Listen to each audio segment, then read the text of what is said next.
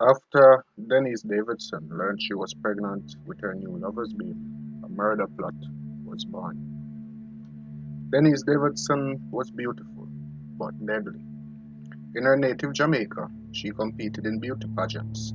After moving to America, she arranged the murder of her husband. Born in 1960, Denise grew up in Kingston, Jamaica, the third of seven children. A natural beauty, Denise's good looks often opened doors for her.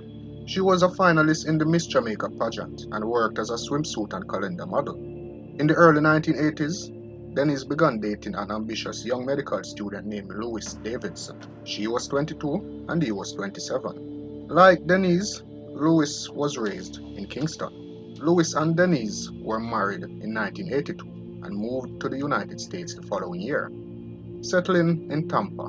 Their daughter Natalie was born 3 years later. While Denise stayed home with their child, Louis would become the head of emergency room pediatrics at Bayfront Medical Center in nearby St. Petersburg. But eventually, the marriage began to falter, and they initiated divorce proceedings in October 1993. While Louis had found love with his emergency room co-worker Patricia Denino, Denise began dating Jamaican club owner Leonardo Leo Cisneros. It seemed like both would move on until the afternoon of January 25th, 1994. That afternoon, police officer Eli J. Artsig was on patrol when he received a call about a dead body at the Thunder Bay Apartments in northern St. Petersburg. Once there, he was met by Patricia Denino, who said the victim was her fiancé, Dr. Louis Davidson, then 39. Inside the apartment, Artsig found Louis lying face down in a bathtub full of warm, bloody water. He was blindfolded, gagged, and hogtied, with his hands and feet bound behind him, with an electrical cord pulled from the vacuum cleaner. An autopsy would reveal that at the time of his death, he had 3 broken ribs, bruises on his face, and multiple lacerations on the back of his head, probably caused by a blunt object. The cause of death was drowning, according to court documents. In the front foyer of the apartment, investigators found a footprint of a size 9 void shoe. The apartment appeared to have been ransacked, though a bag with $19,300 in cash was left behind, making a robbery unlikely. Denino told detectives she had last spoken to Louis that morning. When she couldn't get a hold of him that afternoon, she went to his apartment and found him dead. According to Denino, Louis had recently been receiving a flurry of hang-up calls. Detectives suspected someone was trying to track his movements. Detectives also learned of the Davidsons' contentious divorce from Denino. Louis and Denise were battling over custody, with Denise threatening to move back to Jamaica with their daughter. Detectives interviewed Denise at her home in Tampa. She claimed that though they were in the middle of a divorce, Louis was her daughter's father, and she had no reason to want him dead. Denise said she had met her current boyfriend, Leo Cisneros, during a trip home. She claimed he was in Jamaica at the time of her husband's murder. Detectives looked into Cisneros and learned he was involved with Jamaica's infamous drug posse. We can't say that Denise is involved at this point, but she is the girlfriend to Leo Cisneros, and he's our first person of interest. We were unable to determine that several years prior he had been arrested during a traffic stop in Georgia, and a warrant had now been issued for trafficking narcotics. That's what was said by former St. Petersburg police detective Mike Celona. He definitely was in that type of crowd, that he would have known the people that could have pulled off such an event. Denise was put under surveillance and her financial records were subpoenaed. Bank records reveal that over the course of 6 months, she had made 21 payments equaling $15,000 by way of Western Union to a man named Robert Roy Gordon and a woman named Carol Kayson, according to court records. Robert Gordon was a gentleman from Jamaica. He was known to be an associate of Leo Cisneros. He did have a criminal history, so immediately that began to tie everybody together. Detectives placed a wiretap on Denise's phone. Her records show she had called a pager on the morning of the murder 52 times. The mobile phone that returned the calls to her was one she had purchased herself. Police were able to track the mobile phone from outside Louis Davidson's apartment to a Days Inn on the other side of Tampa Bay. Witnesses at the Days Inn identified Robert Gordon and said he had shared a room with a white woman with blonde hair. She had paid for the room under her real name, Susan Shore. Gordon and Shore were in the company of another man and had checked out in a hurry. They left behind several items of clothing, which the hotel was still in possession of.